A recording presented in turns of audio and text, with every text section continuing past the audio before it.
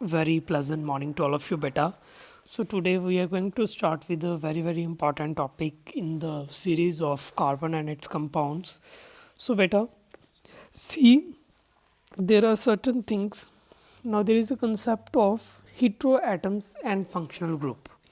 So beta, what is this heteroatom and what is this functional group? Now let's try to understand. बेटा क्या होता है कि कभी कभार आपने देखा होगा, जैसे बहुत ही कॉमन सी एग्जांपल दे रहा हूँ, इथेनॉल है बेटा, एक इथेनॉल। बेटा हम सबको पता है ये एक अल्कोहल का सेकंड नेम है, इथेनॉल। इथेन का बेटे मतलब होता है कि दो कार्बन्स हैं, है ना।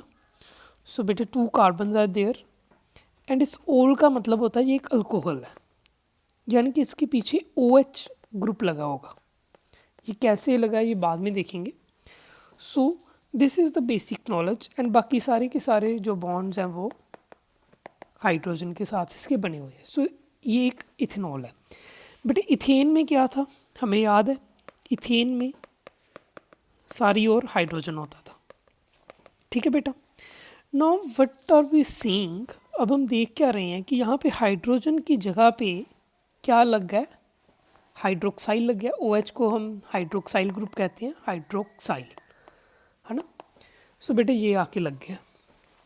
सो बेटे इसका मतलब ये है कि हाइड्रोक्साइल ने हैज़ रीप्लेस्ड हाइड्रोजन, हाइड्रोजन को रीप्लेस कर दिया। बेटे इथेन के बेटे अपनी प्रॉपर्टीज़ अलग हैं।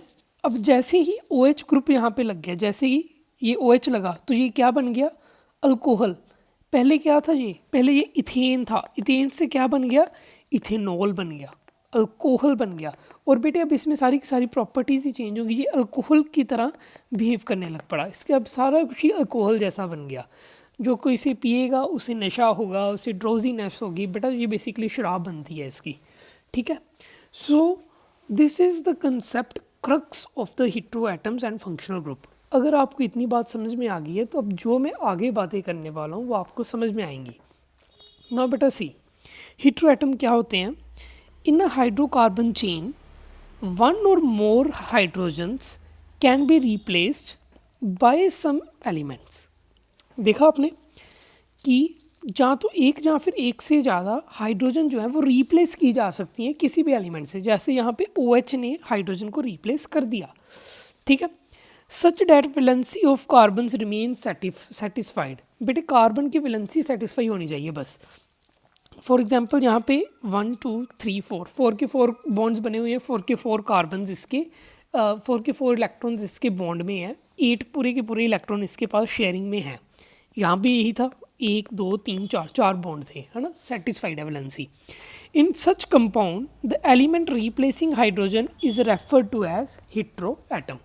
सो ये हाइड्रोजन हाइड्रोक्साइड जिसने इसको रिप्लेस किया हाइड्रोजन को, इसे हम क्या कहेंगे, इसे हम कहेंगे, क्या कहेंगे बेटा, इसे हम कहेंगे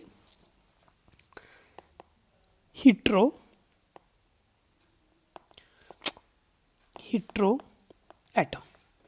ठीक है बेटा, गॉट द कंसेप्ट, ये रहा हेटेरोएटम। अब आगे, अब फंक्शनल ग्रुप क्या है बेटा। These heteroatoms confer specific properties to the compound regardless of the length and nature of carbon chain।